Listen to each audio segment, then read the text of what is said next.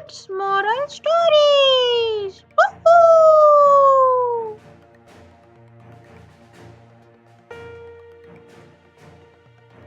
एक समय की बात है, एक बहुत ही सुंदर और भव्य दरबार हुआ करता था, जिसका नाम था सुनहरा दरबार। इस दरबार के राजा थे राजा वीरेंद्र सिंह, जो अपनी प्रजा से बहुत प्यार करते थे और न्यायप्रिय थे। उनके दरबार में हर रोज उत्सव और जश्न मनाया जाता था। दरबार में अनेक प्रकार के रत्न, गहने और अमूल्य खजाने भरे रहते थे। एक दिन दरबार में बड़ी धूमधाम से एक विशेष समारोह का आयोजन किया गया था। इस समारोह में सभी दरबारी, राजा के मित्र और विशेष अतिथि बुलाए गए थे। राजा वीरेंद्र सिंह ने अपने खास मेहमानों का स्वागत किया और सबका मनोविनोद चल रहा था। तभी अचानक एक भयंकर चीख सुनाई दी। यह चीख महारानी सुहासिनी की थी। महारानी सुहासिनी का सबसे प्यारा हार, जो नीलम और पन्नों से जड़ा हुआ था, चोरी हो गया था। सभी लोग इस घटना से स्तब्ध रह गए। दरबार में हलचल मच गई और सब एक दूसरे को देखने लगे। राजा वीरेंद्र सिंह ने तुरंत अपने प्रमुख मंत्री चतुरसेन को बुलाया और आदेश दिया कि चोरी का पता लगाया जाए। चतुरसेन बहुत ही समझदार और बुद्धिमान व्यक्ति थे। उन्होंने तुरंत दरबार के सारे द्वार बंद करवा दिए ताकि कोई बाहर न जा सके। फिर उन्होंने सभी दरबारियों से पूछताछ शुरू की। पूछताछ के दौरान चतुरसेन ने देखा कि एक नौकर रामू बहुत ही घबराया हुआ है।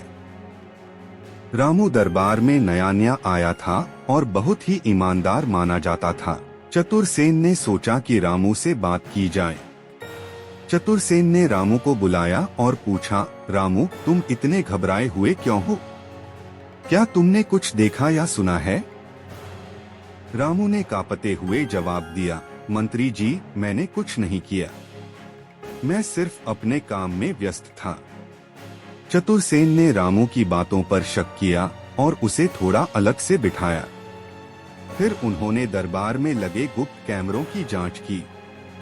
कैमरों में कुछ संदिग्ध हलचल दिखी। उन्होंने देखा कि समारोह के दौरान एक व्यक्ति, जिसका चेहरा ढका हुआ था, चुपचाप महारानी के कक्ष में गया और वहां से हार चुरा लिया। चतुरसेन ने तुरंत उस व्यक्ति की पहचान करने की कोशिश की, लेकिन चेहरा ढका होने के कारण पहचान नहीं हो पा रही थी। तभी चतुरसेन को एक चालाकी सूझी। उन्होंने दरबार में घोषणा करवाई कि महारानी का हार मिल गया है और चोर पकड़ा गया है। यह सुनकर दरबार में उपस्थित सभी लोग आश्चर्यचकित हो गए। तभी चतुरसेन ने ध्यान दिया कि रामू की चिंता कुछ और बढ़ गई है। उसने रामू को फिर से बुलाया और कहा, रामू, हमें हार मिल गया है और चोर पकड़ा गया है।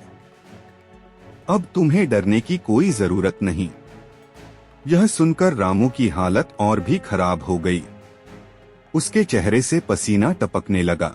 चतुरसेन ने कहा, रामू, सच सच बताओ, तुमने क्या देखा है?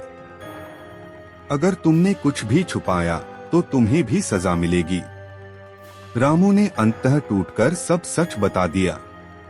उसने बताया कि उसे लालच आ गया था और उसने सोचा कि महारानी का हार बेचकर वह अमीर हो जाएगा। रामू ने यह भी बताया कि उसने हार को अपने घर में छिपा दिया है। चतुरसेन ने तुरंत सिपाहियों को रामू के घर भेजा और वहां से हार बरामद कर लिया।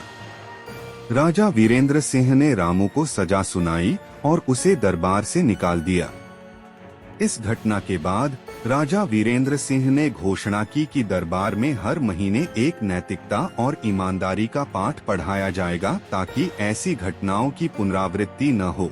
महारानी सुहासिनी ने भी चतुरसेन की समझदारी और चालाकी की प्रशंसा की।